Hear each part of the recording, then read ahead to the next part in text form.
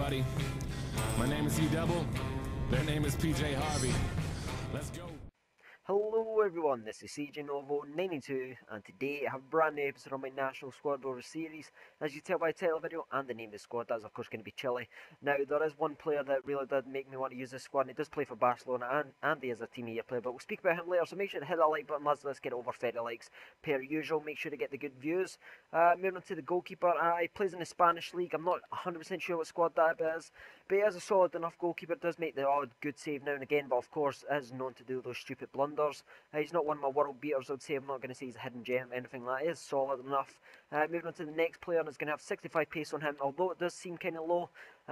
You'll soon see that he is the fastest centre-back for Chile, but if you think about it, he's only one less than PK, so he's not too slow, but he also, important stats, he's really tall, good in the air, and good positional stats. The next player, again, we're going to drop down to 50, I think that's 56 or 58 pace, I can't see because it is rendering. He is only 6 foot though, but what he has got is really good aggression, so if he gets this shoulder to shoulder, he always wins the ball. I believe it's over 90 aggression.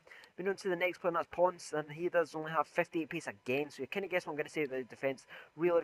Really slow, but they've actually got really low attacking work rate and high defensive, all three of them, so that's really great. So that means you just stay back, so you don't really get caught out that much. The right midfield player does basically play a right back, and that's Elza for Juventus. He has actually got some good defending stats, as you can see, 78 defending. He's also got high defending work rate, so that really does help out.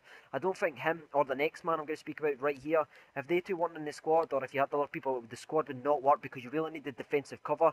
With a left mid playing for Wigan, he's only like I got mine for I think 1,000 coins, and he's really good skill move player too. But let's get into some informs now, because I know you like the high price players, and that's going to be Vidal or Medal, some people call it. He's got 88 defending stats, and that's absolutely amazing. Again, as you can imagine, him and the next partner really do help out the defence again. So the way that kind of works, the left and right mid cover the defence from the pace, and the two centre mids really just play off centre defensive mid role, so do not go forward much. I would only say Medal ever comes forward is when he's taking a free kick, and he's got an absolutely beautiful free kick. But of course Vidal, everyone knows about him, there's been people raving about him, and he is really worth the coins. He's an absolute tank. As soon as you get shoulder to shoulder, like that centre back, the silver centre back, really solid, just wins the ball without a problem. Moving on to the superstar now, there's of course some of you wanted me to do a review on, so I've just chucked him in the squad, and that's going to be Team of the Year Sanchez, of course, from Barcelona. 91 pace and 82 shooting, absolute insane stats. I believe he's got 4-star skill moves. I might be wrong. You can correct me in the comments. And also 4-star skill moves. He is really good, lads. I cannot lie. I was dying to bash on him because I'm more of a Real Madrid fan than Barca. But he's absolutely amazing. As soon as I got the ball to him, he did make things happen. He's got great pace and of course amazing long shots. Moving to the next player was no slouch, so someone really surprised me. 91 pace again on him and 80 shooting. So you think for only 1k, he's only one or two pace below and 1 or 2 shooting. He's absolutely amazing. As you see, I only played 3 games by the time I record this, but I did finish the 10 games, and he was one of the real superstars for the squad. Him and my right mid were absolutely amazing, or right wing I should say, were amazing. Next man is going to be Suso.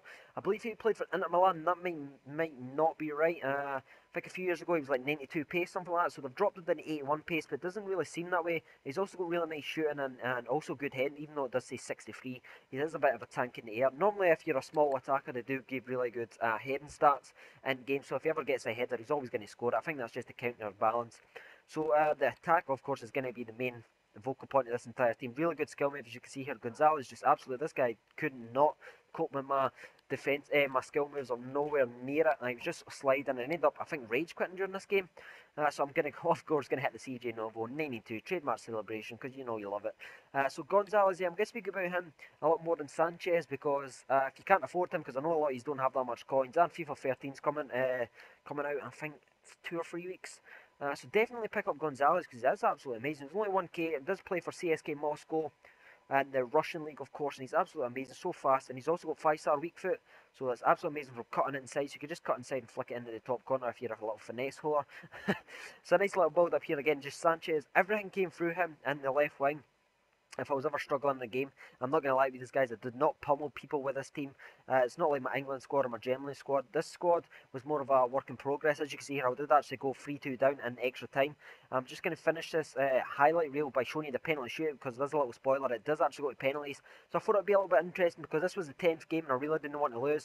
So I'm just going to chuck in the penalties to speak, because I did not get too many highlight reel worth goals. They're mostly just running down the wing, cutting inside, and finessing. I know a lot of you guys hate that, so we're just going to show you the penalty shootout. So hopefully it does entertain you guys. You can kind of guess where I'm going. If you're a big enough fan of mine, you know where I'm going to hit my penalties all the time, just like Bruno. I'm going to give you a little shout out, mate. He actually saved one of my penalties during one of our games, and that was quite funny because he did say he was a subscriber, knew where I was going. I'm just taking a little shot there, and absolutely bullied. I had no idea why the goalkeeper did not save that. But yeah, the Chile goalkeeper was okay as well. Like I said, sometimes he made unbelievable saves, but others, like he would go against, let's say, who was that against with now? I think it was a Team of the Year Falcao. Yeah, it was. And he saved all these shots from crazy long distances. It was absolutely amazing. Then I come up against the next guy that's got a Pazine, and it's just a normal dish, not even the hang, the inform, and he couldn't save anything. He was just falling all over the place. So that was very frustrating, but I was to take the lead in this penalty shootout, of course. I think in my channel I'm undefeated in penalties. I might be wrong. I'm sure Brian has, or Sam would be able to sort that out, because they've been a long time subscriber, so they'll know about that. And he probably really should have saved that as well. But I never used to do the fake shot penalties, but I never realised how effective it actually is, because you can actually change the direction of your penalties once you fake it. So if you see your goalkeeper going the same way, you can flick your analog stick really quickly to the left or right, or the opposite direction from the goalkeeper, and they will save it, and they won't save, I should say. But here we are here, a nice little step up, going to get the captain on it, Sanchez, beautiful little finish here, and that's actually going to win the penalty shootout. So that was his undefeated squad, and it was really hard squad to stay undefeated with, lads.